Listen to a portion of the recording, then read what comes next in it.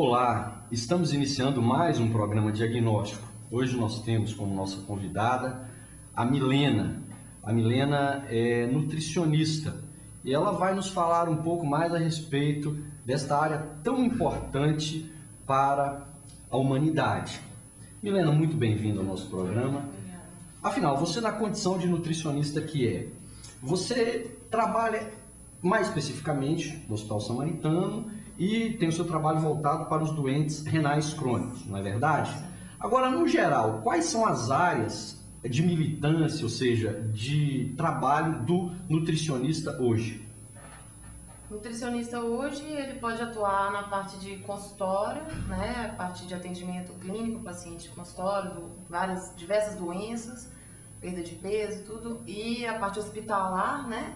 Tem a parte hospitalar clínica de ir nos quartos e tudo, tem a parte hospitalar de ficar responsável pela refeição do hospital, a parte nutrição esportiva, né, que trata, né, da parte de atividade física, de atleta e pessoas praticantes de atividade física normais, a parte de pesquisas de nutrição, né, também, refeitórios de empresas que trabalham, nutricionistas também que tem... onde tem refeitório, onde tem funcionários que precisam de alimentar na empresa, tem que ter um nutricionista para trabalhar. A parte de marketing também, tem nutricionista de desenvolvimento de rótulos. Basicamente são mais essas áreas. Agora, o fato é que é uma abrangência ampla, então, da atividade do nutricionista. Há que se destacar o seguinte: há algumas situações em que é obrigatória a presença desse profissional para supervisionar a condução e o separo dos alimentos, o preparo dos mesmos e tudo mais. Por exemplo, no hospital, então, é obrigatória a presença do nutricionista? Sim, porque todo hospital tem a cozinha, né? Tem os funcionários da cozinha, tem pedido, tem que elaborar o cardápio, tem pedidos de compra que tem que ser calculado, verduras, carnes, isso tudo tem que ser calculada a quantidade certa para não desperdiçar demais, não faltar. Então, é obrigatório ter nutricionista em todo local que tiver a necessidade, que tiver um refeitório. Que tiver o preparo de comida. Onde a comida é feita de maneira pública para a população, para uma população. Hotel, hotel não necessariamente, só se esse hotel tiver um restaurante associado. Não é necessário ficar o dia inteiro, mas um responsável técnico que faça pelo menos visita frequentemente, ficar 1 hora, 2 horas no lugar, aí é obrigatório ter pelo menos para fiscalizar. Até porque se a vigilância sanitária for e não tiver um nutricionista responsável pela cuidado da alimentação, manipulação, armazenamento, aquele estabelecimento pode ser multado, né? E é tão ampla, o raio de ação é tão amplo do nutricionista hoje que você bem colocou até o atleta. Há atletas que para si próprio exigem um nutricionista, acompanhando aquele atleta de per si. Hoje nós sabemos que existe esse profissional dedicado a um atleta, não a um clube como um todo, mas às vezes até, dependendo da envergadura de importância desse atleta, existe por detrás dele uma alimentação muito bem individualizada, não é verdade? Hoje em dia, até pessoas que não são atletas, né, praticante de atividade física que deseja melhorar esteticamente o corpo, né, diminuir a gordura, ficar com um físico melhor, mais forte, tudo normalmente tem um nutricionista, procura um nutricionista esportivo que vai saber passar por questão de suplementação, né, porque isso é perigoso fazer por conta própria, suplementação, então vai buscar uma ajuda para melhorar essa performance aí e resultado corporal, estético. No fundo é para disciplinar o seu hábito alimentar. Agora, o fato que deve ser destacado, e nós temos chamado a atenção disso com muita frequência nos nossos programas, é o binômio alimentação-exercício físico. Uma alimentação equilibrada e atividade física. Agora, um problema sério em termos mundiais é o sobrepeso, que é uma forma eufemística de falar da obesidade. É quase que as coisas se misturam. Afinal, quando a pessoa realmente entra em sobrepeso? Isso depende da idade, não tem como falar quando entra em sobrepeso. Isso vai depender da altura que a pessoa tem, da idade que ela está, se ela pratica atividade física, para a gente saber se ela está dentro da faixa de peso adequado. Normalmente, esse é o famoso índice de massa corporal da pessoa. A gente calcula de acordo com o peso e a altura dela dividido a altura ao quadrado. Saber se ela está dentro da faixa adequada de índice de massa corporal. Para adultos, essa faixa adequada vai de 18,5 a 24,9. Você pegou a altura, o peso, dividiu pela altura ao quadrado. Se der entre 18,5 e 24,9, a pessoa está dentro da faixa adequada de peso. De 25 para cima até 29,9, sobrepeso. Então, ela está um pouco acima do peso adequado. De 30 para cima já é obesidade. Aí tem os grau 1, grau 2, grau 3 da obesidade. Então, a fórmula é mais para saber, né, se está dentro do peso adequado, é dividindo isso, o peso pela altura dela, mas não é esse o único, né? O peso e a altura não é um fator. Um parâmetro também. Tem a faixa etária, tem o sexo, tem a atividade física, então de homem para mulher, então vai variar também a quantidade, né, que a pessoa precisa ingerir, então tem várias coisas que tem que analisar aí. Agora, uma forma simplista, muitas vezes abraçada pela população para se medir o seu peso ideal é, por exemplo, a fração do tamanho. O indivíduo que mede 1,80, o peso dele ideal seria 80 quilos, por exemplo. Procede essa análise grosseira, quer dizer, essa forma simplista de se avaliar o peso em relação à altura, não? Não, então não, é isso que o certo é a gente pegar esse valor, dividir. Tem uma média, mais ou menos, que a gente estipula. Homem é na faixa de um índice de massa corporal de 22, por aí. Ficando nessa faixa, você dividir o seu peso, ou você pode fazer um cálculo. Coloca o índice de massa corporal 22, por exemplo, e multiplica pela sua altura 2 vezes. O peso que foi informado, aquele valor é uma média ideal para aquela pessoa, entendeu? Só que isso aí vai variar dependendo. Tem praticantes, por exemplo, de atividade física. A gente sabe que pessoas que trabalham com muito peso, né, pegam muito peso e tudo, atletas de halterofilismo, por exemplo, se der um índice de massa corporal 26, provavelmente não vai ser de excesso de gordura, é músculo. Então, esse é o ponto. Quer dizer, não necessariamente um excesso de peso significa coisa ruim. Né? O problema é o peso se é uma pessoa voltado sedentária, né? Aí sim, aí provavelmente é excesso de gordura. Agora, uma pessoa que já faz anos e dedica ao exercício de levantamento de peso, de halterofilismo mesmo. Normalmente é mais halterofilista, pessoas que fazem levantamento de peso intenso. Aí sim, normalmente pode acontecer e é normal de dar o índice de massa corporal acima do valor que a gente falou adequado, 24,9. Mas não significa que ela está com sobrepeso, ela está com massa, esse excesso de peso aí é devido à massa muscular, ganho de massa muscular. O que não acarreta um problema, pelo contrário, muitas vezes é uma coisa até benigna, desde que não se use os chamados anabolizantes, né? Porque infelizmente essa é uma prática. O que você tem a nos dizer sobre isso, dos perigos disso? E do suplemento também, porque muitas vezes o praticante de esporte, ele acaba por se automedicar, tomando suplementos de modo inadvertido. Isso é um perigo, não é verdade? O que acontece é que muita gente que faz atividade física acabou de entrar na academia e já quer começar a usar suplemento. Então, assim, aí um amigo fala que está usando isso, está usando tanta quantidade, aí o outro vai querer usar a mesma quantidade, os mesmos suplementos. Nem todo mundo vai precisar do mesmo suplemento, a mesma quantidade. Cada pessoa, né, é de um jeito, o organismo de cada um é diferente.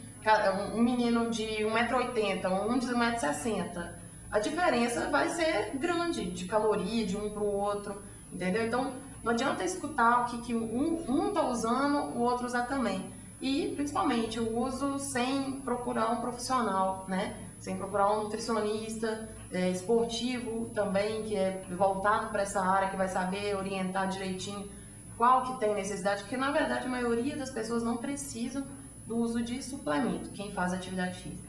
Somente atleta de alta intensidade, que, na verdade, precisa realmente do uso do suplemento alimentar. Agora, qualquer praticante de atividade física, academia, leve, não tem necessidade. A própria alimentação da pessoa é suficiente para poder garantir um bom resultado no corpo da pessoa. Só que tem que ter essa reeducação, né? Mudança de hábitos alimentares. Agora, há que se preocupar também, há que se considerar que a chamada anorexia, especialmente nas modelos, é também uma condição preocupante, porque a pessoa fica muito tempo sem comer e dessa maneira fica fragilizada e pode levar a consequências orgânicas muito sérias, não é verdade? Sim, a anorexia, na verdade, são os transtornos alimentares, né? Então, a anorexia é um tipo de transtorno alimentar.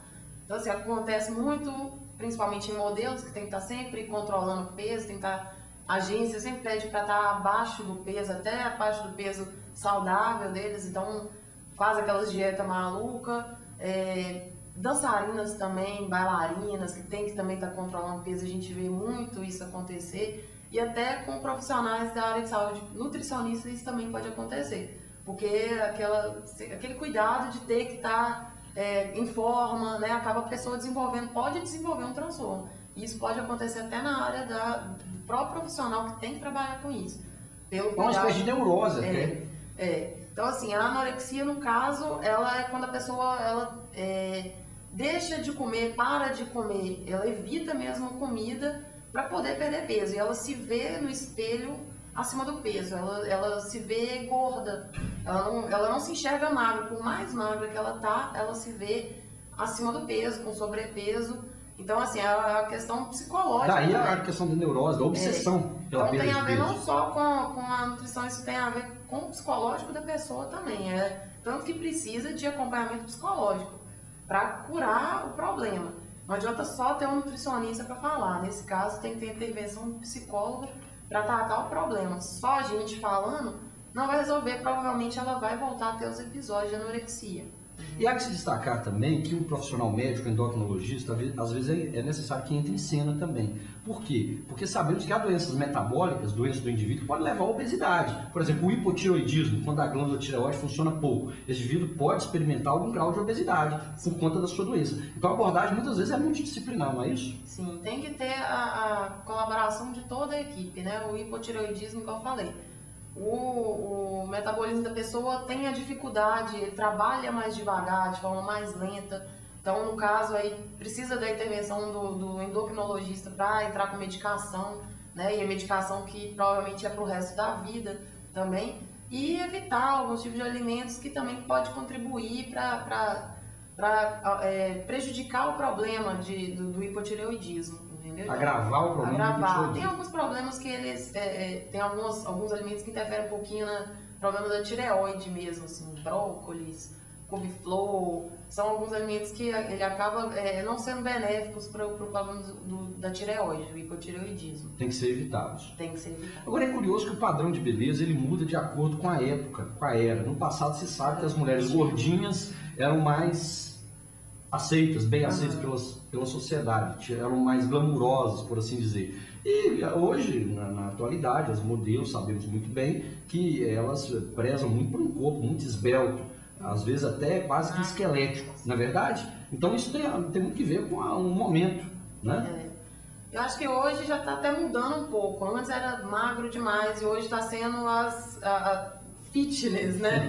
Antes era mais cheinha, depois passou a ser magra demais, modelo. E hoje tem as modelos que estão um pouco mais musculoso hoje em dia. Está tendo essa diferença. Hoje a gente vê casos de, né? Claro que para passarela normalmente a gente vê que precisa de ser mais magra mesmo, para ter o perfil. Mas hoje também está tendo essa mudança. Eu pelo menos percebo que a preocupação hoje está sendo... As pessoas, as mulheres não querem ser tão magras, elas querem ser mais definidas, assim, um pouco definido. Perna grossa, cintura fina, mas perna grossa, isso é a preocupação mais hoje de mulher. Agora, ao lado da anorexia, quer dizer, aquela espécie até de doença mesmo, psicológica, nós falamos dela, ao lado dela também existe a bulimia. O que vem a ser a bulimia? A bulimia é quando a pessoa tem... ela come, ela não deixa de comer, só que depois ela tem aquela culpa, né? Ela sabe que comeu demais, tem aquele episódio, aquela compulsão, vai comer e logo depois ela vai forçar o vômito. Ela vai mesmo e vomita aquilo ali que ela comeu para poder eliminar aquilo ali, tirando a consciência, né? A culpa. Comida para aliviar a consciência. Culpa, aliviar a consciência dela. O peso, né? A culpa que ela tava, ela vai lá ela vai comer, mas depois ela vai vomitar. Então é outro transtorno, todos eles têm que ser junto, nutricionista e psicólogo junto para poder corrigir, senão não tem correção. Fica muito difícil um profissional sozinho corrigir. Se fala muito em alimentação balanceada. O que vem a ser isso? Como definir? Eu sei que em Minas Gerais é muito difícil, mas a rigor, você vai dizer que depende do sexo, depende da idade, depende naturalmente das condições próprias do indivíduo. Agora, o que seria uma alimentação balanceada? A alimentação balanceada, no caso, é a pessoa querer comer de tudo, né? A pessoa tem que ter a consciência, eu posso comer de tudo, só que é dentro das quantidades adequadas, eu não posso exagerar. Claro que de vez em quando você pode sair, comer um lanche, fazer alguma coisa diferente, ninguém é proibido de comer isso, mas não pode ser um hábito frequente, né? A alimentação balanceada inclui todos os tipos de alimento, então assim, tem que entrar o carboidrato, né, a massa, o pão. Aí, nesse caso, o que acontece? A gente tem que olhar quais são as opções mais saudáveis. No caso do pão, dos cereais, o pão é pão integral, um arroz integral, cereais, né, aveia, a linhaça, isso aí já são alimentos saudáveis que a gente deve buscar inserir na alimentação. Mas, claro que a gente pode comer um pão de sal normal, mas devemos dar preferência para o integral. Então, aumentar, né, o consumo de fruta, ter o hábito de consumir fruta, verdura, né, porque são a parte da alimentação que é a reguladora, né, ajuda a melhorar o funcionamento do intestino, por causa da quantidade de fibra. Então, no caso do carboidrato, é fornecedor de energia. No caso das frutas, das verduras, fornecedores de fibra, principalmente. Então, regula nosso corpo. Tem a fonte de proteína que a gente tem que consumir, também sempre dentro, né, com moderação. Então, carne, leite, queijo, ovo, né, o feijão, soja, esses alimentos também são importantes para a alimentação, que é na parte, né, de construção muscular e tudo. E a parte dos óleos, né, os doces, todos esses podem entrar na alimentação da gente, só deve ser em quantidade moderada, reduzida, nada que pode ser consumido frequentemente, doce e tudo, mas tudo pode fazer parte da alimentação da pessoa, entendeu? É só saber controlar. Saber dosar. Isso. Agora, os grandes vilões hoje da modernidade seriam os fast foods e também os refrigerantes. O que você teria a nos dizer sobre esses vilões, entre aspas? São os principais, né? Hoje em dia, a alimentação mais fácil, né? Que a gente mais tem acesso, mais fácil acesso, correria do dia a dia, é o que as pessoas têm buscado mais alimentar, principalmente criança, né? Pai e mãe sempre quer levar para agradar, leva para comer um hambúrguer, leva para tomar um refrigerante. Então, batata frita. Batata frita. Então, assim, esses alimentos são... a gente não recomenda. Claro, igual eu falei, de vez em quando pode comer, não tem problema, mas não pode ser um consumo frequente pelo fato, né, que hoje todo mundo já vem sabendo o risco, né, de hipertensão arterial, que é excesso de sal na alimentação. Fast food é rico em sal, essas batatas fritas, né, principalmente dessas redes, né, McDonald's, essas coisas são ricos em sódio, a quantidade muito alta. Então, o risco de hipertensão, principalmente nas crianças, né, esse consumo desde cedo, que antigamente a gente não via esse consumo tão grande. Então, hoje em dia as doenças estão aparecendo muito mais cedo nas pessoas adolescentes, já está apresentando problemas que a gente só via quando era adulto antes. Então, risco da pressão alta, alteração de colesterol, as dislipidemias, né? Colesterol alto, triglicérides, obesidade, diabetes, né? Refrigerante também leva ao risco do diabetes. Então, assim, todos esse tipo de alimentação, as principais doenças que pode causar é o risco de doença crônica, né? Ao passar do tempo. O fato é que não são de todo contraindicados, pode até se comer, mas não fazê-lo de modo contínuo, continuado, repetitivo. Enfim, primar sempre uma alimentação balanceada. Durante a semana principalmente durante a semana, tentar manter, né, uma alimentação mais saudável, voltado mais fruta, alimentos integrais e às vezes no final de semana, tirar um dia e pode comer alguma coisa diferente assim. Até não porque pode ninguém ser. é de ferro, né? Agora, passou do limite, está um pouquinho sobrepeso, tá? Enfim, desregulou um pouco, procura um nutricionista, ok? Muito obrigado, doutora Milena. E eu agradeço a você também por ter passado esses momentos conosco. Te convido para nos reencontrarmos no próximo programa diagnóstico. Até mais.